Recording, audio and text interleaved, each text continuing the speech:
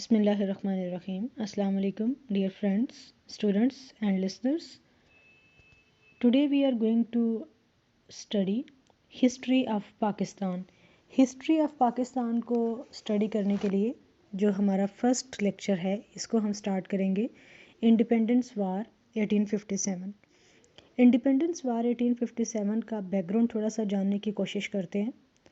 اگر ہم بات کریں کہ سب کانٹیننٹ میں جب مسلمز کیونکہ آپ کو پتہ ہونا چاہیے کہ جو مسلمز ہیں یہ کوئی ڈے ون سے ہی سب کانٹیننٹ میں موجود نہیں ہے، بلکہ اسلام کے سب کانٹیننٹ میں آنے سے پہلے بھی جو عرب ٹریڈرز کے اور سب کانٹیننٹ کے درمیان جو ٹریڈ تھی یہ اس کا ایک بہت بڑا والیوم تھا. اور خاص طور پر اگر آپ مالابار کوسٹ کی بات کرتے ہیں، آپ نے اپنی کتابوں میں بھی پڑھا ہوگا کہ مالابار کے ساحل پر، تو یہ جو مالابار کوسٹ ہے اس کے ذریعے سے جو سب کانٹیننٹ اور عرب ٹریڈرز ہیں ان کے درمیان ٹریڈ ہوتی تھی. انہی عرب ٹریڈرز کے ذریعے سے سب کانٹیننٹ میں اسلام آیا اور پھر 712 میں جب محمد بن قاسم نے سندھ کو فتح کیا. اب اس میں بہت سارے جو اسٹوڈنٹس ہیں ہو سکتا ہے وہ اسے ڈس ایگری کریں، وہ اس کے لیے انویڈ کا ورڈ انہیں زیادہ پراپر لگے کیونکہ ان کا یہ کہنا ہے کہ محمد بن قاسم انویڈڈ سندھ. بہرحال اس وقت چونکہ ہم PPSC پولیٹیکل سائنس کے ریٹن ٹیسٹ کی پریپریشن کے لیے میں آپ کے ساتھ یہ چیزیں شیئر کر رہی ہوں، تو 712 میں محمد بن قاسم نے جب وہ سندھ میں داخل ہوا تو اس کے یعنی آپ یہ کہہ لیں کہ 712 میں جو سب کانٹیننٹ ہے یہاں پر اسلام کا بالکل آپ یہ کہہ لیں کہ اسلام کا پھیلاؤ اور یہ ساری چیزیں شروع ہو گئیں. اس کے بعد 712 سے لے کے 1206 تک 712 سے لے کے 1206 تک کا جو پیریڈ ہے اس میں محمود غزنوی اور محمد غوری اور باقی جو ہیں یہ آتے رہے جاتے رہے. اگر ہم بات کریں کہ جو فارمل مسلم رول ہے، جو باقاعدہ مسلم حکومت ہے سب کانٹیننٹ میں، تو وہ 1206 میں قطب الدین ایبک نے قائم کی تھی. تو یہ بھی آپ کا ایک MCQ ہے اور آپ کو یہ یاد رکھنا ہے کہ سب کانٹیننٹ میں جو مسلم رول ہے اس کی بنیاد قطب الدین ایبک نے 1206 میں رکھی. یعنی آپ یہ کہیں کہ 13th سینچری میں باقاعدہ جو مسلم رول ہے سب کانٹیننٹ میں وہ قائم ہو گیا. اور جو اس نے اپنی ڈائنیسٹی کا کیپٹل سٹی تھا قطب الدین ایبک کا وہ دہلی تھا. اگر ہم بات کریں اس کے بعد تو یہ جو سلیو ڈائنیسٹی ہے اس کو سلیو ڈائنیسٹی کہا جاتا ہے کیونکہ اس کا پورا نام ہے غلام قطب الدین ایبک.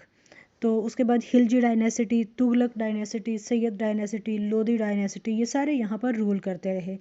1206 سے لے کے 1526 تک. 1526 میں یعنی 1526 میں بابر نے ہندوستان میں مغلیہ رول قائم کیا. یعنی سب کانٹیننٹ میں مغلیہ جو امپائر ہے، مغل امپائر ہے، اس کی بنیاد کس نے رکھی؟ بابر نے. تو 2 MCQ یہاں تک کبھی آپ کو یاد رہنے چاہیے. ایک تو یہ کہ سب کانٹیننٹ میں جو مسلم رول ہے اس کی بنیاد قطب الدین ایبک نے 1206 میں رکھی، اور اس کے بعد جو مغل امپائر ہے، جو مغلیہ سلطنت ہے، اس کو بابر نے قائم کیا 1526 میں. 1707 میں جب اورنگزیب کی ڈیتھ ہو گئی 18ویں صدی کے بالکل شروع میں، تو اورنگزیب کی ڈیتھ کے ساتھ ہی یہ کہا جاتا ہے کہ جو مغل ڈائنیسٹی تھی، جو مغل رولرز تھے، دے سٹارٹڈ ٹو ڈکلائن، ان کا زوال شروع ہو گیا. اور 1707 سے لے کے 1857 میں جو لاسٹ مغل رولر تھا بہادر شاہ ظفر، ان کا جو انجام ہوا اور کس طرح سے فل فلیج جو سب کانٹیننٹ ہے وہ برٹش گورنمنٹ کے کنٹرول میں چلا گیا. تو 1526 سے لے کے 1857 تک کا جو پیریڈ ہے یہ مغل رول ہے، یہ مغل امپائر کا پیریڈ ہے. اور 1206 میں جو مسلم گورنمنٹ ہے، مسلم جو ڈائنیسٹی ہے اس کی بنیاد رکھی گئی. اگر ہم اب یہ یہاں پر دیکھیں کہ تقریباً 8th سینچری میں یہاں پہ اسلام کا پھیلنا شروع ہوا ہے، اور 13th سینچری میں یہاں پر مسلم جو رول ہے اس کی بنیاد رکھی گئی ہے. تو اگر ہم بات کریں جو سب کانٹیننٹ میں ٹریڈرز تھے، یعنی عرب ٹریڈرز کے علاوہ جو باقی ٹریڈرز تھے، یعنی آپ یہ کہہ لیں کہ پورچوگیز، برٹش، ڈچ، یہ کب کب آنا شروع ہوئے؟ تو یہ تقریباً 11th سینچری میں انہوں نے یہاں پر آنا، اور یہ جو سب کانٹیننٹ ہے، کیونکہ آپ کو پتہ ہے کہ اس کو سونے کی چڑیا کہا جاتا تھا، تو انہوں نے بہت جلدی یعنی یہاں پر آنا شروع کر دیا۔ جو اگر ہم بات کریں کہ سب سے پہلے جو یورپین پیپل ہیں، یورپین ٹریڈرز تھے، ان میں سب سے پہلے سب کانٹیننٹ میں کون آئے؟ تو وہ پورچوگیز آئے، یعنی پرتگالی آئے، اور اس کے بعد پھر یہاں پر ڈچ بھی آئے، ڈنمارک کے جو ٹریڈرز ہیں وہ بھی آئے۔ 17th سینچری کے سٹارٹ میں یہاں پر جو ایسٹ انڈیا کمپنی ہے وہ آئی، اور اس کے بعد یہاں پر پھر فرینچ بھی آئے، لیکن آپ کو پتہ ہے کہ ایسٹ انڈیا کمپنی جو تھی اس نے اپنے رول کو کنسولیڈیٹ کیا، اور ایک تقریباً 1600 سے لے کے تو 1857، یعنی آپ تقریباً یہ کہہ لیں کہ 1.5 صدی کا جو پیریڈ تھا، اس کے بعد اس نے فل فلیج جو برٹشرز تھے انہوں نے سب کانٹیننٹ کا کنٹرول حاصل کر لیا، یعنی یہاں پر انہوں نے ڈائریکٹ پولیٹیکل جو پار ہے سب کانٹیننٹ کے اندر وہ 1857 میں حاصل کر لی۔ 1600 سے لے کے اور 1857 تک کا جو پیریڈ ہے، اس میں انہوں نے ڈفرینٹ جو پرنسلی اسٹیٹس تھیں اور ڈفرینٹ جو مغل گورنمنٹ کے پروونسز تھے ان کو آہستہ آہستہ سے چھیننا شروع کر دیا، ڈاکٹرن آف لیپس کے ذریعے سے۔ اسی طرح سے ایک ہم اور آگے سسٹم پڑھیں گے، سبسیڈری سسٹم، امدادی نظام، اس کے ذریعے سے، اور ڈفرینٹ اور جو ہیلے بہانے وہ یوز کرتے رہے، ان کے ذریعے سے انہوں نے آہستہ آہستہ سب کانٹیننٹ کے بہت سارے علاقوں کا کنٹرول حاصل کرنا شروع کر دیا۔ تو ابھی میں آپ کو بتا رہی تھی کہ 17th سینچری کے سٹارٹ میں یہاں پر جو ایسٹ انڈیا کمپنی ہے وہ آ گئی۔ اب ایسٹ انڈیا کمپنی 1600 میں بنی، اور اس وقت برٹش یعنی جو برٹن ہے، برطانیہ، وہاں پر کوئین الزبتھ تھی۔ تو کوئین الزبتھ نے اس کمپنی کو جو ویسٹرن ہیمسفیئر ہے، یعنی جو نارتھ امریکہ ہے، ساؤتھ امریکہ ہے، ایشیا اور جو افریقہ ہے، ادھر ٹریڈ کرنے کے لیے اس نے انہیں پرمیشن دے دی، ان کو اجازت دے دی۔ اور جو ایسٹ انڈیا کمپنی کے شیئر ہولڈرز تھے، جب وہ سب کانٹیننٹس میں کے ساتھ تجارت کر رہے تھے، ٹریڈ کر رہے تھے، تو ان کے لیے یہ جو ٹریڈ تھی یہ بہت ہی زیادہ پروفیٹیبل تھی، اور بعض اوقات تو جو شیئر ہولڈرز تھے ان کو 500 سے 600% تک پروفٹ مل رہا تھا۔ اس لیے جو لوگ کیپٹل پرووائڈ کرنے والے تھے اس کمپنی کے لیے ان کی کوئی کمی نہ تھی۔ 1609 میں جو ولیم ہاکنز ہے، ولیم ہاکنز آیا اس وقت کے جو مغل رولر تھے جہانگیر، ان کے پاس، اور اس نے انہیں یہ کہا کہ بھئی ہم یہاں پر اپنی تجارتی کوٹھیاں قائم کرنا چاہتے ہیں، تجارت کرنا چاہتے ہیں، لیکن جو مغل رولر جہانگیر تھا اس نے ولیم ہاکنز کی ان ساری جو سفارشات تھیں اور جو اس کی پرپوزلز تھیں اس کو ریجیکٹ کر دیا۔ اس کے بعد 1615 میں تھامس رو آیا یہ جہانگیر کے پاس، جو مغل رولر تھا، اور یہ کامیاب ہو گیا یہ جو ساری پریویلیجز حاصل کرنے میں ٹریڈ کے حوالے سے، اور انہوں نے اس کے بعد سورت میں جو پہلی فیکٹری ہے وہ قائم کر لی۔ اگر آپ سورت کو سمجھنا چاہتے ہیں تو آپ انڈیا کا میپ نکالیں اور جو گجرات سٹیٹ ہے اس کو دیکھیں، تو گجرات سٹیٹ کے اندر آپ کو سورت ایک سٹی نظر آئے گا، اور اگر آپ دیکھیں کہ یہ اتنا فیمس کیوں ہے تو اس کو سلک سٹی آف انڈیا بھی کہا جاتا ہے۔ تو سورت میں پہلی فیکٹری قائم ہو گئی۔ 1609 میں ولیم ہاکنز آیا، لیکن ولیم ہاکنز کو جو مغل رولر تھا جہانگیر اس نے انٹرٹین نہیں کیا، اور اس کے بعد جو تھامس رو تھا وہ جہانگیر سے یہ ساری باتیں منوانے میں کامیاب ہو گیا۔ تو پہلی جو فیکٹری ہے وہ انہوں نے سورت میں قائم کی، اس کے بعد پھر انہوں نے مدراس میں، اجمیر میں، آگرہ میں اور احمد آباد میں بھی بہت ساری جو ان کی ٹریڈ وینیوز تھے وہ قائم کرنا شروع کر دیے۔ اب آگے ہم جو چیز ڈسکس کرنے جا رہے ہیں یہ ایک ٹرننگ پوائنٹ ہے، اور اس کو آپ نے یاد رکھنا ہے کہ 1688 میں جو بنگال کے گورنر تھے اس وقت شائستہ خان، تو جو ایسٹ انڈیا کمپنی ہے انہوں نے شائستہ خان کے ساتھ، جو اس وقت بنگال کے گورنر تھے، ان کے ساتھ کچھ ان کے ایشوز شروع ہو گئے، اور انہیں یہ اندازہ تھا کہ ہم جو شائستہ خان ہے اس کو دبا لیں گے اور اپنی ساری باتیں منوا لیں گے. لیکن اس وقت جو مغل رولر تھے اورنگ زیب، انہوں نے شائستہ خان کے ساتھ وہ کھڑے تھے، اور شائستہ خان اور اورنگ زیب نے مل کے تو جو ایسٹ انڈیا کمپنی تھی اس کو شکست دی، اور جو سورت کی فیکٹری تھی نا وہ اپنے قبضے میں لے لی. اب یہاں پر یاد رکھیں کہ اس وقت تک اورنگ زیب زندہ ہے 1688 تک، اور 1688 میں جو پہلی اٹیمپٹ کی ایسٹ انڈیا کمپنی نے وہ پوری طرح سے ناکام ہو گئی، اور ان کی جو فیکٹری تھی وہ بھی جو مغل رولر تھا اورنگ زیب اس نے اپنے قبضے میں لے لی. لیکن بعد میں پھر جو ایسٹ انڈیا کمپنی ہے اس کو معاف کر دیا گیا اور ان کو پرمیشن دے دی گئی، اور اس پرمیشن ملنے کے ساتھ ہی انہوں نے 1690 میں کولکتہ میں ایک اور فیکٹری لگا لی، اور 1696 میں فورٹ ولیم کو اسٹیبلش کر لیا، اور اس کے بعد بہت ساری اور جگہوں پر بھی انہوں نے لینڈز پرچیز کرنا شروع کر دی. اب چونکہ پیچھے بھی ہم یہ بات ڈسکس کر کے آئے ہیں کہ 1707 میں اورنگ زیب کی ڈیتھ ہو گئی تھی، اور 1707 میں اورنگ زیب کی ڈیتھ ہونے کے ساتھ ہی جو مغل امپائر ہے اس کا ڈیکلائن، وہ ڈاؤن فال کی طرف جانا شروع ہو جاتی ہے. 1714 میں ایک اور امپورٹنٹ انسیڈنٹ ہوا کہ کمپنی کا ایک ڈیلیگیشن جو ہے وہ ایک مغل رولر فرح سیر کو ملا. جو مغل رولر تھا وہ بیمار تھا، تو یہ جو ڈیلیگیشن اس کو وزٹ کرنے گیا، اس ڈیلیگیشن کا ایک ممبر ولیم ہیملٹن نے مغل رولر کا علاج کیا، اور جو مغل رولر تھا وہ صحت مند ہو گیا. جب وہ صحت مند ہو گیا اس ڈیلیگیشن کے ایک ممبر کے علاج کرنے سے، تو اس نے کیا کیا کہ ان کو نوازنے کے لیے، یا آپ یہ کہہ لیں کہ ان کو ایز اے ریوارڈ، اس نے انہیں یہ کہا کہ آپ صرف 3000 اینول پے کریں گے، اور اس بنگال میں آپ اپنی یعنی ساری ٹریڈ کر سکتے ہیں، اور 10,000 آپ پے کریں گے، اور اس کے بدلے میں جو حیدرآباد اور گجرات ہے ان دو پروونسز میں آپ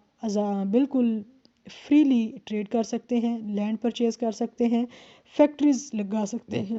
اب یہاں پر دیکھیں کہ 1714 میں انہیں بنگال، گجرات، حیدرآباد، ان ساری جگہوں پر اب وہ زمین بھی پرچیز کر سکتے تھے، فیکٹریز بھی لگا سکتے تھے، اور بالکل فریلی وہ ٹریڈ بھی کر سکتے تھے. یہ جو پریولیجز دیے جا رہے تھے مغل جو لیڈرز تھے، مغل جو رولرز تھے ان کی طرف سے، ان سارے پریولیجز کی وجہ سے جو کمپنی تھی وہ بہت ہی زیادہ پراسپرس، اور کمپنی کی جو ویلتھ تھی وہ گریجولی بہت زیادہ انکریز ہو رہی تھی. اب ادھر سے ایک چیز ہمیں یہ بھی انڈرسٹینڈ کرنی ہے کہ یہ وہ پیریڈ ہے جب مغل جو امپائر ہے وہ ڈاؤن فال کی طرف جا رہی ہے، اور کمپنی جو ہے وہ رائز کی طرف جا رہی ہے. ٹھیک ہو گیا. اب ہم آگے ڈسکس کرتے ہیں کہ جب یہ کمپنی نے دیکھا کہ جو مغل گورنمنٹ ہے وہ گریجولی اب ڈاؤن فال کی طرف جا رہی ہے، تو انہوں نے سب سے پہلے جو بنگال ہے، بنگال پر قبضہ کرنے کی کوشش کی کمپنی نے، ایسٹ انڈیا کمپنی نے. اس وقت 1740 میں جو علی وردی خان تھے وہ بنگال کے خود مختار اور آزاد حکمران بن گئے. اب یہاں پر یاد رکھیں کہ خود مختار اور آزاد حکمران بن گئے، ٹھیک ہے، کیونکہ جب یہ جو مغل امپائر ہے جب یہ ڈاؤن فال کا شکار ہوئی، تو بہت سارے جو صوبے تھے اور بہت سارے جو اسٹیٹس تھی انہوں نے اپنی خود مختاری کا اعلان کر دیا. 1756 میں جب علی وردی خان کی ڈیتھ ہو گئی، تو اس کے بعد جو ان کے پوتے تھے نواب سراج الدولہ، اس وقت ان کی عمر 24 ایئرس تھی، ٹھیک ہے، تو 24 سال کی عمر میں نواب سراج الدولہ جو ہیں وہ بنگال کے حکمران، بنگال کے جو رولر ہیں وہ اپوائنٹ ہو گئے. اب چونکہ پیچھے ہم نے بات کی کہ ایسٹ انڈیا کمپنی کو جو بہت ساری ٹریڈ کے لیے پریولیجز دی جا رہی تھی، انہوں نے ان پریولیجز کا اور جتنی بھی ان کو بینیفٹس دیے گئے تھے ان کا یوز کرتے ہوئے، لیگل اور ان لیگل یوز کرتے ہوئے، انہوں نے اپنے ڈیفنس کو بہت زیادہ مضبوط کر لیا تھا. اور نہ صرف کہ اپنے ڈیفنس کو انہوں نے مضبوط کیا تھا، بلکہ اس کے ساتھ ساتھ جو کمپنی کے امپلائیز تھے انہوں نے پرسنل ٹریڈ بھی شروع کر دی تھی. اور وہ خود کو بہت ہی اسٹرانگ سمجھ رہے تھے، اور انہیں اب یہ فیل ہونا شروع ہو گیا تھا کہ اب ہمیں جو مغل امپائر کی سپورٹ ہے اس کی کوئی ضرورت نہیں ہے۔ اسی لیے جب نواب سراج الدولہ کو کی تخت نشینی ہوئی تو ان کی تخت نشینی کے وقت یہ ایک ریچول ہے کہ گفٹس وغیرہ بھیجے جاتے ہیں، لیکن کمپنی نے بالکل بھی اس چیز کو company did not consider it, اور انہوں نے کوئی رسمی تحائف یا کوئی گفٹس وغیرہ بھی نہ بھیجے۔ اس کے بعد جو نواب سراج الدولہ تھے انہوں نے کمپنی کو کہا کہ کمپنی کے جو امپلائیز ہیں وہ تجارت نہیں کریں گے، وہ ٹریڈ نہیں کریں گے، اور کمپنی نے جو بہت ساری انلیگل کنسٹرکشن کی ہوئی ہے وہ انلیگل کنسٹرکشن کو بھی ہم ختم کر دیں گے۔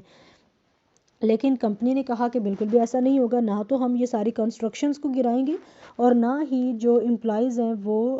جو انڈیویجول ٹریڈ کر رہے ہیں وہ اس کو بند کریں گے۔ جب یہ کمپنی نے نواب سراج الدولہ کی بات ماننے سے انکار کر دیا تو نواب نے جو قاسم بازار فیکٹری تھی کمپنی کی اس پر قبضہ کر لیا، اور اس کے بعد 1756 کو جو فورٹ ولیم کولکتہ میں تھا وہاں پر بھی حملہ کر دیا۔ پھر انگریز جو تھے یعنی جو ایسٹ انڈیا کمپنی تھی انہوں نے کہا کہ انہیں دے جسٹ ریئلائزڈ کہ ہم ابھی اتنے پاورفل اور اتنے اسٹرانگ نہیں ہوئے ہیں کہ ہم ڈائریکٹ یہ جو کنفرنٹیشن ہے اس کو افورڈ کر سکیں۔ اس وجہ سے انہوں نے کیا کیا کہ انہوں نے نواب سراج الدولہ کے ساتھ فرینڈ شپ کرنے کی بات کی، اور انہوں نے کہا کہ ہم آپ کے ساتھ جو ہمارے ریلیشنز ہیں ان کو ریکنسائل کرنا چاہتے ہیں۔ نواب جو سراج الدولہ تھے انہوں نے انگریزوں کو اور کمپنی کی یہ بات مان لی، اور اس کے بعد کولکتہ کو علی نگر کا نام دیا۔ اب یہ بھی پوائنٹ یاد رکھنا ہے کہ کولکتہ کو علی نگر کا نام کس نے دیا؟ نواب سراج الدولہ نے، اور علی نگر کا نام دے کر جو مانک چند تھے ان کو یہاں کا نیا رولر اپوائنٹ کر دیا۔ جی اسٹوڈنٹس، ہم یہ چیز تو ڈسکس کر چکے ہیں کہ نواب سراج الدولہ نے کس طرح سے کمپنی کو سبق سکھایا شروع میں، لیکن اس کے بعد جب ان کو معاف کر دیا تو اب کمپنی جو ہے ایسٹ انڈیا کمپنی اس کو یہ بات سمجھ میں آ چکی تھی کہ جو سراج الدولہ ہے یہ ہمارے راستے کا ایک کانٹا ثابت ہو سکتا ہے، تو اس کو ہمیں ہٹانا ہی ہٹانا ہے اگر ہم نے اپنے رول کو اپنی پار کو کنسولیڈیٹ کرنا ہے۔ اس لیے کیا ہوا کہ ابھی میں نے آپ کو ایکسپلین کیا کہ جو کولکتہ ہے اس کو علی نگر کا نام دے کے تو نواب سراج الدولہ نے مانک چند کو یہاں کا رولر اپوائنٹ کر دیا تھا۔ جو کمپنی ہے اس نے 1756 میں مانک چند کے ساتھ مقابلہ شروع کر دیا دسمبر 1756 میں، کیونکہ پیچھے جو انسیڈنٹ ہوا ہے کمپنی کی جو قاسم بازار فیکٹری ہے وہ نواب سراج الدولہ نے جون 1756 میں اس پر قبضہ کیا، اور اس کے بعد جب صلح ہو گئی تو وہ واپس دے دی گئی، لیکن 6 مہینے کے بعد ہی دسمبر 1756 میں جو لارڈ کلائیو ہے، رابرٹ کلائیو بہت امپورٹنٹ ایک کیریکٹر ہے اس ساری ہسٹری میں، آپ نے یاد رکھنا ہے، کیونکہ اگر جا کے ہم جو بیٹل آف پلاسی کو ڈسکس کریں گے تو بیٹل آف پلاسی میں رابرٹ کلائیو ایک بہت بڑا کیریکٹر ہے۔ تو رابرٹ کلائیو جو ہے اس نے مانک چند کے ساتھ مقابلہ کر دیا، اور مانک چند کے تو بہت جلدی ہار گیا، اور اس سارے مانک چند سے اگرچہ وہ ہار گیا اور بعد میں کچھ چیزیں نارمل ہو گئی نواب سراج الدولہ اور رابرٹ کلائیو کے درمیان، لیکن رابرٹ کلائیو جو تھا وہ اپنا ہوم ورک کر رہا تھا۔ ہوم ورک کرنے کا مطلب کیا ہے کہ جو خاص لوگ تھے سراج الدولہ کے وہ ان کو اپنی طرف کر رہا تھا، اور وہ لوگ آہستہ آہستہ سراج الدولہ کے اگینسٹ ہونا شروع ہو گئے تھے، یعنی آپ یہ کہہ لیں کہ وہ اس کو بیک سٹیپ کرنے کے لیے تیار ہو گئے تھے۔ اس میں خاص طور پہ اگر ہم امی چند کی بات کریں، دیوان راج بلب، اور جو وزیر خزانہ تھے خزانچی راجہ درلاب، اور جو کمانڈر ان چیف میر جعفر ہے، یہ خاص طور پر بڑا امپورٹنٹ کیریکٹر ہے کمانڈر ان چیف میر جعفر، اور کمانڈر لطف اللہ خان اور جگت سیٹھ، یہ وہ لوگ تھے جو کہ رابرٹ کلائیو کی طرف تھے، لیکن ظاہری طور پر وہ کس کے ساتھ تھے؟ وہ نواب سراج الدولہ کے ساتھ تھے۔ امی چند نے جو تھا وہ ایک میڈیٹر کا رول پلے کر رہا تھا، رابرٹ کلائیو اور میر جعفر کے درمیان امی چند اور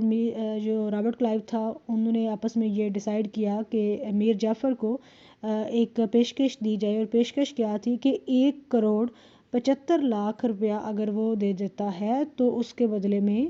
میر جعفر کو نواب بنا دیا جائے گا بنگال کا۔ اب یہ ساری چیزیں ہو رہی تھیں، اور اس سے پہلے جب میں نے آپ کو بتایا کہ دسمبر 1756 میں جو رابرٹ کلائیو ہے اس نے حملہ کر دیا تھا احمد نگر پر۔ اب یہ سارے سچویشن میں یہ جو لوگ ہیں امی چند، دیوان راج بلب اور راجہ درلاب، میر جعفر اور لطف اللہ خان، جگت سیٹھ، انہوں نے جو نواب سراج الدولہ ہے اسے جنگ کرنے کا مشورہ دیا اور کہا کہ ہم بالکل تمہارے ساتھ ہیں، تو تم جنگ کرو، ایسٹ انڈیا کمپنی کے ساتھ ان کو سبق سکھانا بہت ضروری ہے۔ اس لیے 21 جون 1757 کو 1757 کو سراج الدولہ نے اپنی فوج لی، اور یہ پلاسی کے جو جگہ ہے پلاسی، وہاں پر پہنچ گیا۔ اب یہ جو پلاسی ہے یہ اس وقت بھی انڈیا کا ایک ولیج ہے، چونکہ ہم بنگال کو ڈسکس کر رہے ہیں نا تو آپ کو پتہ ہونا چاہیے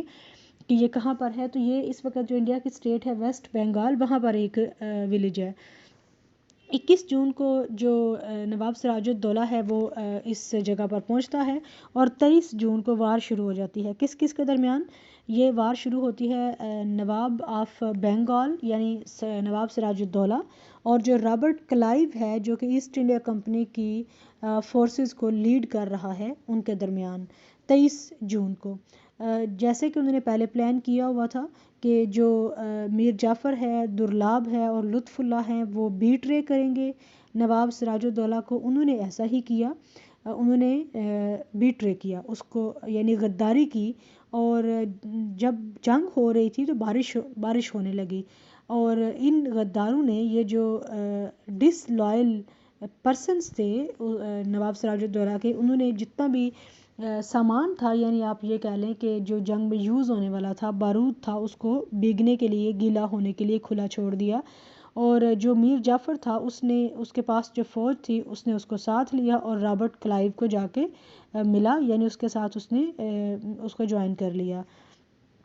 پیچھے رہ گیا درلاب، اور درلاب جو تھا وہ نواب سراج الدولہ کو خوف زدہ کر رہا تھا کہ اب تو ہماری جو ہے وہ ہار پکی ہے اور ہمیں یعنی واپس چلے جانا چاہیے، اور اس ساری چیزوں کے آخر کار جو نواب سراج الدولہ تھا اس کے پاس 2000 جو لوگ تھے گھڑ سوار تھے، ان کے ساتھ وہ مرشد آباد روانہ ہوا، اور جب اسے نیکسٹ مارننگ سراج الدولہ کو جب اپنی فوج کی اس تباہ کن جو شکست ہے اس کا پتہ چلا تو وہ راج محل گیا۔ راج محل میں جو ہی وہ پہنچا تو وہاں پہ لوگوں نے جو غدار تھے انہوں نے پکڑ کے اس کو میر جعفر کے حوالے کر دیا۔ میر جعفر کون تھا؟ کمانڈر ان چیف تھا نواب سراج الدولہ کا۔ تو جب اسے میر جعفر کے حوالے کر دیا تو میر جعفر نے سراج الدولہ کو قید میں ڈال دیا، اور قید میں ہی جو میر جعفر کا بیٹا ہے اس نے سراج الدولہ کو مار دیا، اس کا ختم کر دیا۔ یہ جو بیٹل آف پالیسی ہے یہ بہت امپورٹنٹ ہے، کیونکہ بیٹل آف پالیسی نے ہی جو سب کانٹیننٹ کے اندر ایسٹ انڈیا کمپنی کا رول ہے اس کی بنیاد رکھی اور اس کو کنسولیڈیٹ کیا، کیونکہ اس سے پہلے تو وہ اتنی کھلم کھلا وار یا لڑائی نہیں ہوئی تھی، اور اب چونکہ وہ یہ جنگ جیت گئے تھے، وکٹر کون تھا اس جنگ کا؟ کمپنی، اور یہ جنگ جیتنے کے بعد اب انہیں اس بات کا اندازہ ہو گیا تھا کہ وہ بڑی آسانی سے یہ جو لوکلز ہیں یعنی جو مقامی لوگ ہیں، نواب ہیں، راجے مہاراجے ہیں، وہ ان کو ہرا سکتے ہیں اور ان پر اپنا قبضہ کر سکتے ہیں، اور دوسرا انہیں یہ بھی اندازہ ہو گیا تھا کہ یہاں کے جو لوگ ہیں وہ ان کو پیسوں سے خریدا جا سکتا ہے، ان کی لائلٹی کو بائی کیا جا سکتا ہے۔ اس کے بعد یہ جو چونکہ پیچھے ہم نے ڈسکس کیا کہ 21 جون 1757 کو یہ وار شروع ہوئی، تو جولائی 1757 میں میر جعفر کو سراج الدولہ کی گدی پر بٹھا دیا گیا، یعنی اسے نواب آف بنگال بنا دیا گیا، اور کمپنی نے اس کے سامنے بہت سارے ڈیمانڈز رکھی کہ یہ ڈیمانڈز آپ کو پوری کرنی پڑیں گی۔ اب جو کمپنی کی ڈیمانڈز تھیں ان کو پورا کرنے کے لیے جو میر جعفر تھا اس نے ہیوی ٹیکسز لگانا شروع کر دیے، لوگوں کے اوپر. یعنی تو اس ساری سچویشن کی وجہ سے جو بنگال ہے اور جو بنگالی لوگ تھے وہ بڑے ہی بدحال ہونا شروع ہو گئے, اور جو نواب تھا وہ بھی دیوالیہ ہونا شروع ہو گیا. اور جب کمپنی کو لگا کہ اب جو میر جعفر ہے یہ ہمارے کسی کام کا نہیں ہے, تو انہوں نے کیا کیا کہ میر جعفر کو ہٹا کر اس کا جو داماد تھا میر قاسم, اس کو نواب بنا دیا. لیکن اس کے بعد پھر انہوں نے 1763 میں دوبارہ سے میر جعفر کو نواب بنا دیا اور میر قاسم کو گدے سے ہٹا دیا. اب یہ جو ساری سچویشن چل رہی ہے نا, اس سچویشن کے بعد جو نیکسٹ امپورٹنٹ ایونٹ آنے لگا ہے اس میں وہ ہے battle of Buxar. Battle of Buxar میں کیا ہوا کہ جو میر قاسم جس کو انہوں نے گدی سے ہٹایا, نواب آف بنگال کا جو ٹائٹل تھا وہ اس سے چھین لیا. تو جو میر قاسم تھا وہ مغل رولر, اور نواب آف اود کا جو نواب تھا شجاع شاہ, اس سے اس نے ہیلپ مانگی, مدد مانگی. اور تینوں کی جو متحدہ فوج تھی, یعنی میر قاسم کی جو مغل رولر تھا اور جو نواب آف اود شجاع شاہ, ان کی تینوں کی جو فوجیں ہیں انہوں نے جو ایسٹ انڈیا کمپنی ہے ان کے درمیان لڑائی ہوئی 1764 میں. 1764 میں کون سی فائٹ ہوئی, کون سی بیٹل ہوئی؟ بکسر. اور اس سے پہلے 21 جون 1757 میں بیٹل آف پالیسی ہوئی. اور بیٹل آف پالیسی جو ہے اس میں واریئرز کون کون سے تھے, فریقین کون سے تھے؟ نواب آف بنگال سراج الدولہ, اور دوسری طرف ایسٹ انڈیا کمپنی جس کو لیڈ کون کر رہے تھے؟ Robert Clive. اب یہ جو ہے اس میں میر قاسم جو کہ آپ یہ کہہ لیں کہ فارمر رولر آف بنگال اور مغل بادشاہ, اور نواب آف اود شجاع شاہ, اور دوسری طرف ایسٹ انڈیا کمپنی. انگریز جو تھا وہ جو شاہ تھا یعنی اود کی جو فوج تھی, شجاع شاہ کی جو فوج تھی, اس میں بہت زیادہ سازشی اور ٹریٹرز آلریڈی پیدا کر چکا تھا. اس لیے شجاع شاہ یعنی جو نواب آف اود تھا اس کو بری طرح سے شکست ہوئی, اور جو میر قاسم ہے وہ بھاگ گیا. اور یہ جو ساری سچویشن ہے, اس ساری سچویشن کے بعد فروری 1765 کو میر جعفر کی ڈیتھ ہو گئی, اور اس کا 15 سال کا جو بیٹا تھا نجم الدولہ اس کو نواب بنا دیا گیا. اور 1767 میں جو نجم الدولہ ہے اس کی بھی ڈیتھ ہو گئی. اور اس طریقے سے آپ یہ کہہ لیں کہ 1766 میں بنگال سے نوابوں کا خاتمہ ہو گیا. اور اس طریقے سے آپ یہ کہہ لیں کہ مکمل طور پر جو بنگال ہے وہ کس کے حوالے آ گیا, کس کے قبضے میں آ گیا؟ وہ ایسٹ انڈیا کمپنی کے قبضے میں آ گیا. اور ایک میں کتاب پڑھ رہی تھی, اس میں یہ لکھا ہوا تھا کہ انگریزوں نے یہ جو 9 سال کا پیریڈ ہے اس میں نوابوں سے تقریباً کوئی 3 کروڑ اور 49,40,498 پاؤنڈ وصول کیے, اور یہ ساری کی ساری جو دولت تھی وہ انہوں نے واپس UK بھیج دی. بنگال جس کو کہ سونا اگلنے والی زمین کہا جاتا تھا, جس کو کہ بہت ہی اعلیٰ قسم کا یہاں پہ جو ٹیکسٹائل انڈسٹری تھی, ان سارے یہ جو حالات ہیں یہ بالکل برباد ہو گئے. اور وہ جو ورکرز تھے جو کہ ایک وقت میں یہ سارے کام خود کرتے تھے اور فیکٹری اونرز تھے, اب وہ جو برٹش فیکٹریز تھیں ان کے اندر ایز اے ورکر کام کرنے پر مجبور ہو گئے. تو اس لیکچر میں نے آپ کے ساتھ جو چیزیں ڈسکس کی ہیں, ایک تو بیٹل آف پالیسی ہے, اس کے بعد ہم نے میر جعفر کا رول ڈسکس کیا ہے, میر قاسم کو ڈسکس کیا کہ میر قاسم کون تھا, اور بیٹل آف بکسر, جنگ بکسر میں جو دونوں پارٹیز تھیں اور اس میں کس نے کس کو الائی کیا. اور اسی طرح سے پالیسی کا جو بیٹل آف پالیسی ہے اس کا وکٹر کون تھا. اس کے علاوہ علی نگر جس کا پہلا نام کولکتہ تھا اس کو علی نگر کا نام دیا نواب سراج الدولہ نے. اور جو پہلی ایک کنفرنٹیشن ہوئی نواب سراج الدولہ اور ایسٹ انڈیا کمپنی کے درمیان, اور اس کے بعد جو قاسم بازار فیکٹری ہے اس پر قبضہ کر لیا گیا. یہ ساری چیزیں ہم نے ڈسکس کی ہیں, آپ نے ان کو یاد رکھنا ہے. نیکسٹ لیکچر میں انشاءاللہ تعالی جو ہم نیکسٹ ایک بڑا امپورٹنٹ ایونٹ ہے, ٹیپو جو ہیں فتح علی ٹیپو, ان کو ہم ڈسکس کریں گے. اور میسور, بیٹل آف میسور, کیونکہ یہ بڑی امپورٹنٹ ہے, اور میسور آج بھی ایک سٹی ہے انڈیا کی کرناٹکا اسٹیٹ کے اندر. تو ادھر سے ہم کنٹینیو کریں گے. تب تک آپ نے جو پہلا لیکچر ہے اس کو اچھے سے یاد رکھنا ہے، کیونکہ پہلا لیکچر اگر آپ کو یاد ہوگا تو پھر ہم سیکنڈ لیکچر کو اس کے ساتھ ریلیٹ کریں گے، اور جو ایونٹس ڈسکس ہو چکے ہیں ان کو بھی ہم ریکال کریں گے۔ Thank you so much for watching, take care, اللہ حافظ۔